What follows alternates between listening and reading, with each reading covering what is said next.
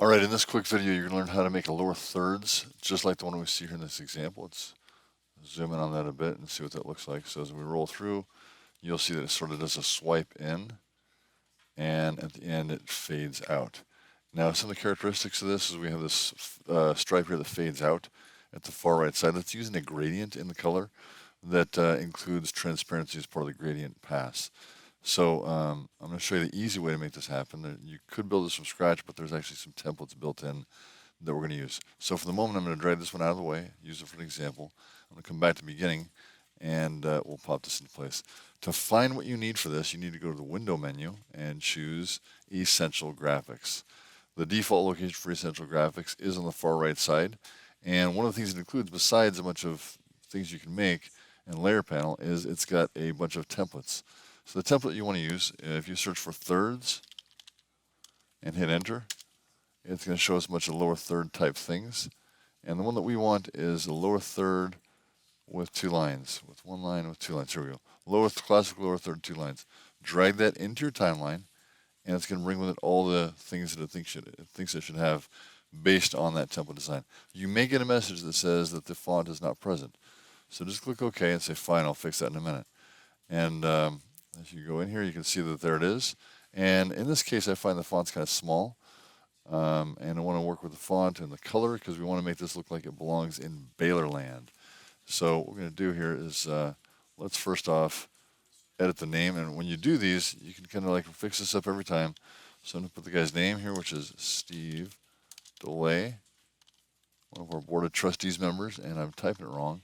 And at the beginning of this clip when I interviewed him, he actually spelled out his name for me. There we go. And that's kind of hard to see. It's kind of small. And the font that you want to use on these, on the top line, you're going to use size 60, and you can use Arial. So you go down here to the text, and you can just type in Arial if you want to. You can scroll through the list, Arial, A-R-I-A-L, and we're going to use Arial Bold on this part. Now, we also want to make this a little bit bigger, so I'm going to just send that size to 60 right here. And on the bottom font, let's go back up to Essential Graphics to add title here. He is a SBHSD Board of Trustees. So SBHSD Board of Trustees. And I still want to make that. I feel like I typed that wrong. I did. So I've got the caps backwards. So you have to double check your work. Let's see if I can get this right this time. So SBHSD Board of Trustees. And I still can't see that very well. Now, it's probably safe to say that we'll usually be viewing this bigger, but at phone size, it'll be almost impossible to see. So we want to find a font that works well. And in this case, we're going to use Arial Regular. The top one is bold, this one's regular. And this one, we're going to set the size to 48. And now, if we click away from this with our selection tool and select nothing, or let's see if I go up here all the way and click off, I can see this reads reasonably well. The problem is that the stripe in the background is not quite as big, and it's the wrong color. So if we take this and stretch it larger, like this, just to the edge, the fade still doesn't go through. So there's a little line right there. There's a dot here and a dot there.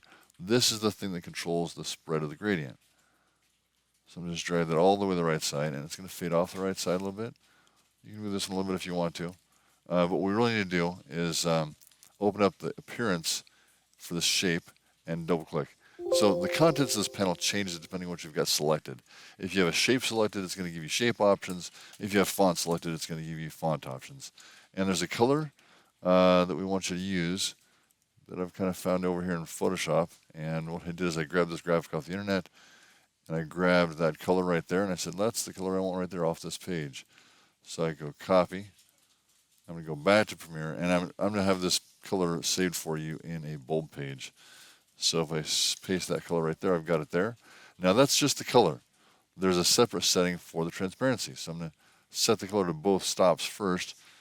The bottom stops here are for color, and the top ones are for transparency. So I'm going to set the top transparency to 100%.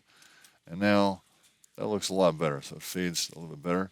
I'm just going to stretch this a little bit taller so my text fits nicely within it.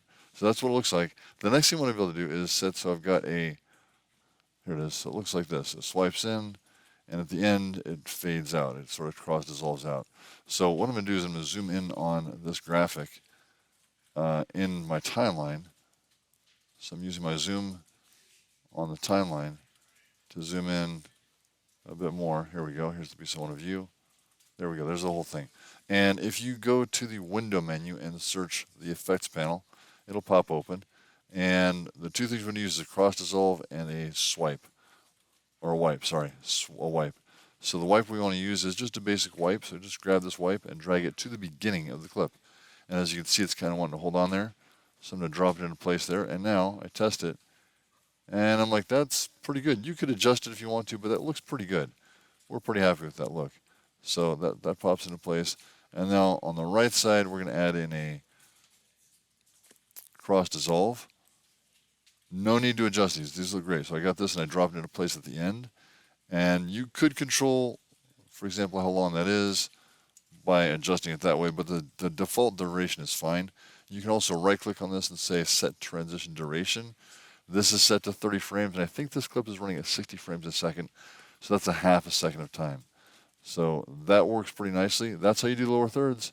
You should use these in all of your Baylor Media news productions. There you have it. Thanks for checking it out.